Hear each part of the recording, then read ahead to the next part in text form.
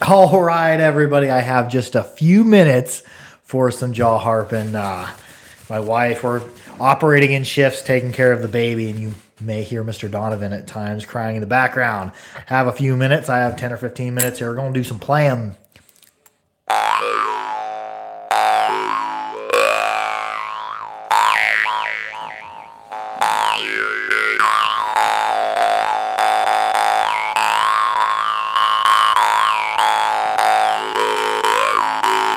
Logan Ross said, "Somebody touching my spaghetti."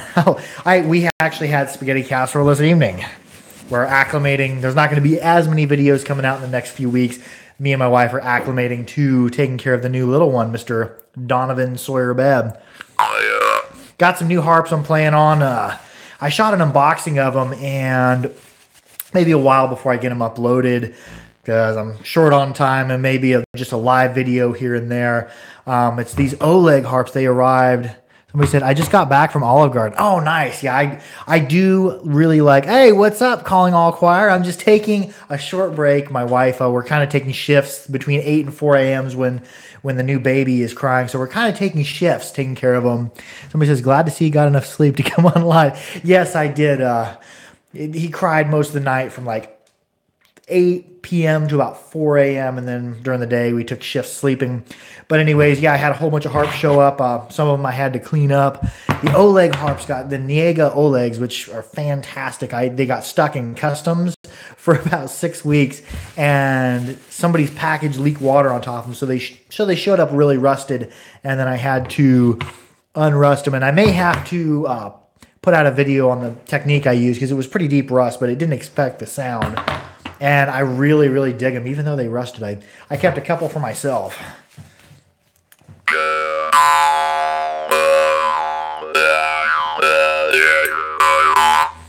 Rummel de Doomkampf.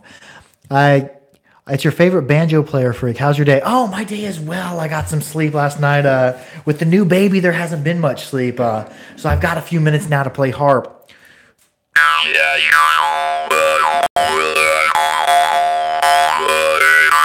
These are Niega Oleg, maker from out of Ukraine. Between him and the Maxeyev, for right now, they're my two favorite Ukrainian makers. Here's the Maxeyev.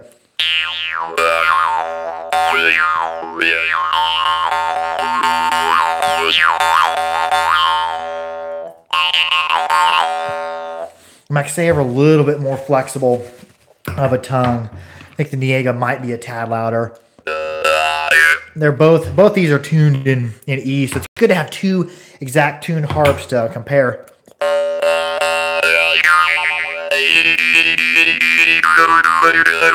Oh, he says, I'm Mr. Banjo. This is my new disguise. Oh, cool. I took German in high school. I think I know what that last word and your name actually means. And here's that E Oleg.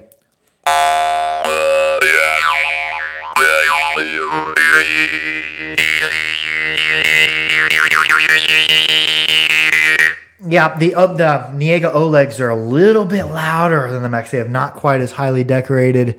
I did have to do some rust removal on them because they got stuck in customs, and somebody else's package, they were probably mailing something stupid. It leaked on top of them and rusted them a little bit, but I got them cleaned up pretty well. There's some minor pitting. I got all the rust off, and sound wasn't affected, luckily. That's the most important part.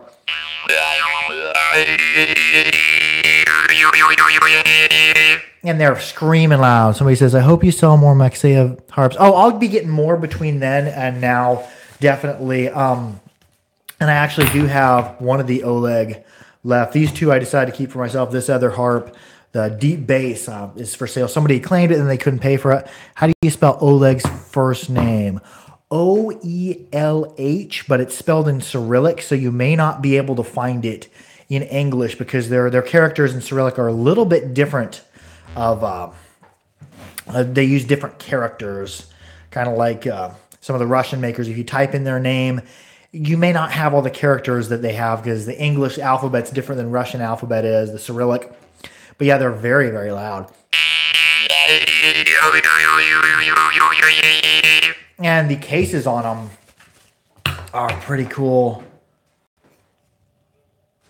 Very cool case. You can hear Mr. Donovan up there fussing a bit. But it's Jillian's turn to take care of them.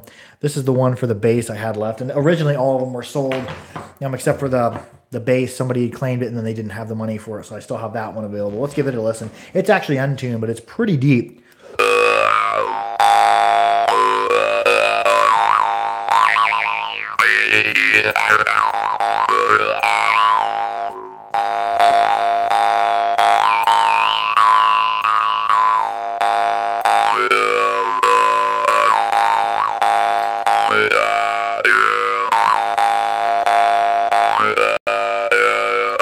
That's it right there.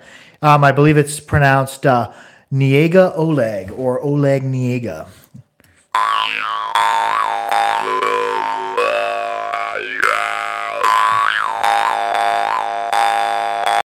I seen one of his videos he put out in the last couple of days while I was eating lunch. He has some harps that are super, super long. This is probably about as deep. Somebody says his ultra bass harps are off the hook. Oh, do you have one of his ultra bass harps? I seen them today in his video. They're like that long. I normally don't go real super deep. This A is probably about as deep as I enjoy playing. I'm not much of a meditative player, but they do sound very nice. And I've never played any deeper of his harps than this. No, I think I saw the same video as you. Yes, they're very long. And I might have to go here in a couple minutes. But the main problem I have with deep bass harps isn't quite, it's not the sound. It's not the consistency. It's that everybody making these long harps like the, no, I can't find it right now. I'm scatterbrained. Like the Baikal and stuff like that, they're harder to play fast, and you really got to watch bite pressure because of how long they are. I'm excited to try the long ultra bass Niega Olegs because he actually puts a bridge there, which helps with rigidity, and it looks like it's far enough out that it would help. But in that video I seen, I did hear some clicking. But anytime you go super deep, you're gonna have a harp that's gonna have to be played slow. This one ain't bad for a bass at all.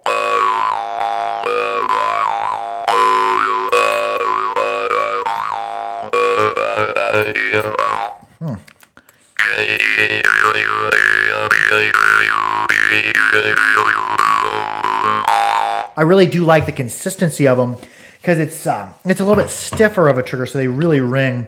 Here's that E.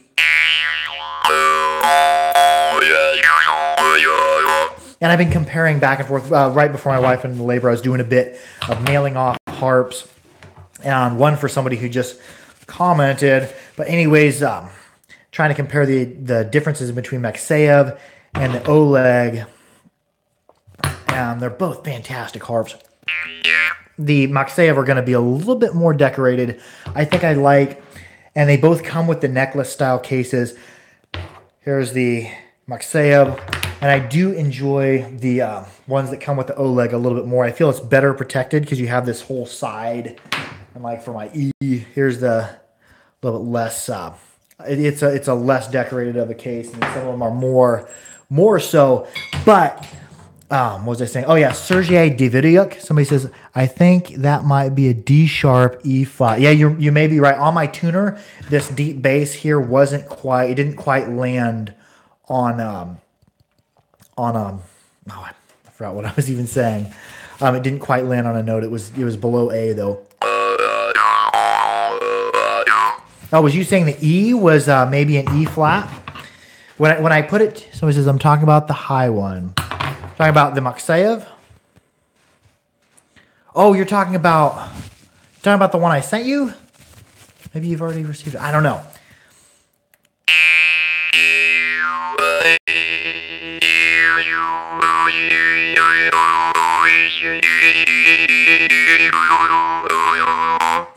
Love all these bass harps. Can't wait to get my. Oh yeah, that one I mailed off yesterday. I snuck in some time. No, the high Oleg. This is the highest one I have. Here's its central tone without me applying any technique.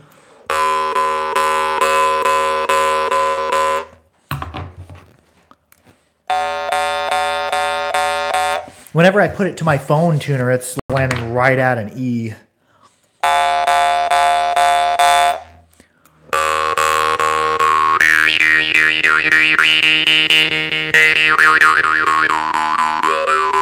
Thanks for making time for me. Oh yeah, I had to go. I had to leave the hospital several times a day to let the dogs out, so I snuck that in there. To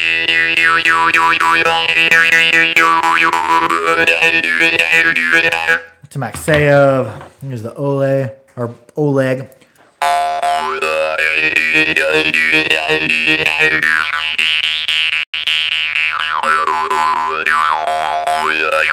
And Calling All Choir can probably identify these really well because he has a fantastic ear for music.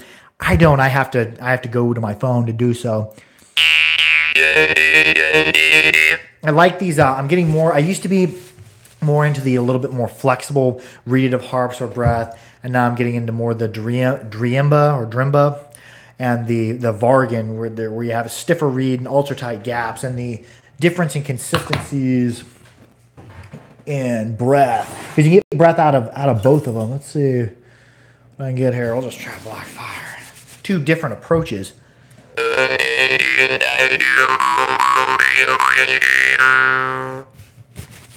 Which has Blackfires have really flexible tongues, whereas your Drimba and Vargan are going to have a little bit stiffer. A lot of them do.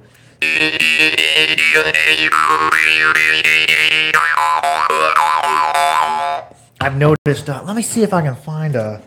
I shouldn't take very long on this video. I really should not.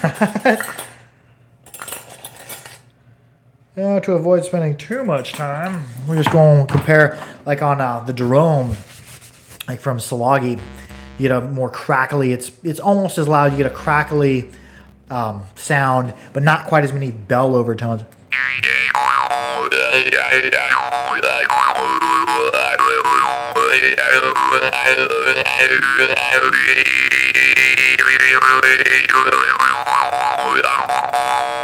Yeah, there's quite a bit of bell there. Not quite as loud as like the Oleg.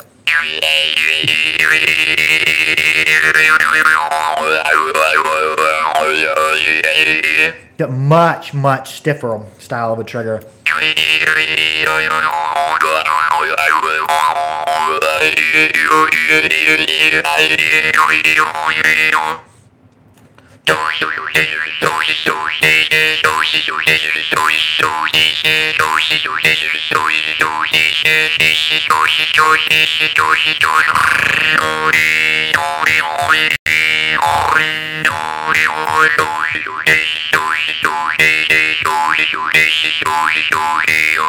Got a couple more minutes left. Kind of doing some more percussives. Haven't been playing harp a lot these past couple days.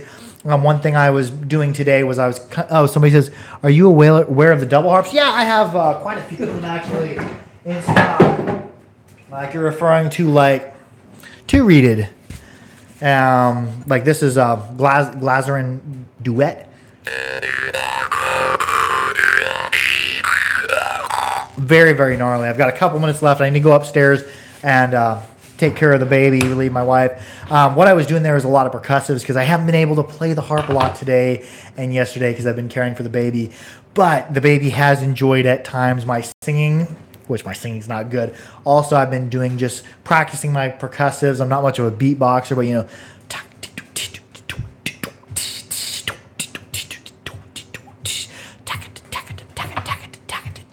And now that I have a few minutes playing the harp, I'm trying to transfer over the percussives I've been practicing just with my mouth while I'm rocking the baby to the harp. Somebody says, whenever I watch, I get too many ideas to try. Oh, good. I'm glad I'm getting you ideas. And somebody says, might want to check the E. He says it's an E flat. But yeah, that very well may be, and it may be also coming over wrong across the microphone. But anyways, yeah, I'll do some checking on that. But yeah, none of these came labeled with the tuning. I just went onto the phone and seen what they were closest to.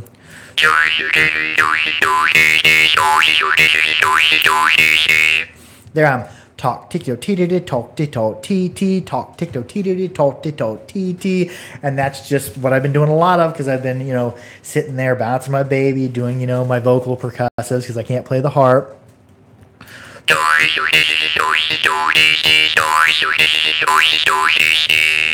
And there at the end, I'm like snoring in, snoring out.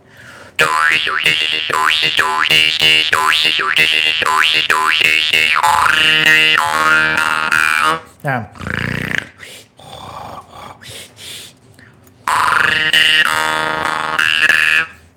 And I'm going to call them either snores or catfish noises because the snore on the in breath is just like you're snoring when you fall asleep. That, and on the out breath, it's, and you kind of got to have some phlegm at the back of your throat to be able to make those noises. Kind of like if you were to do vocal pronunciations of German or some of the Hebrew or Israeli words.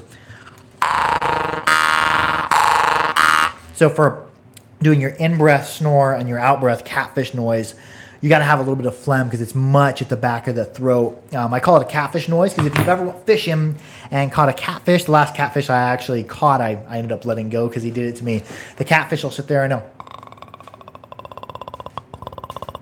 make that same noise, and that's what I'm doing with the harp.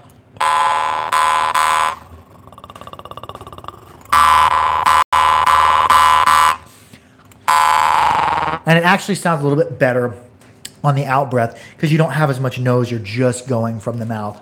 In breath. Out breath. Catfish noise.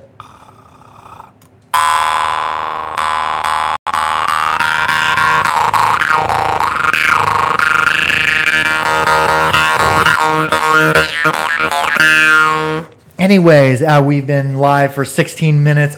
It's time for me to go take care of the baby, see how my wife's doing, let her have some time to do things that she wants to do. It's a 50-50 thing, a team effort. Somebody says, Auf Wiedersehen to you as well. And if I can do a live video in the morning, it'll be Guten Morgen. And somebody says, that is awesome. Thanks for the technique. Oh, no problem. All right, I'm going to get out of here. I'm going to go take care of Mr. Donovan Sawyer-Bebb, the newest addition to the Harpin team. Like, share, and subscribe for having... I didn't get much sleep last night. I got a little bit today. Like, share, and subscribe for more harpery. I love y'all. Be good to each other. Adios.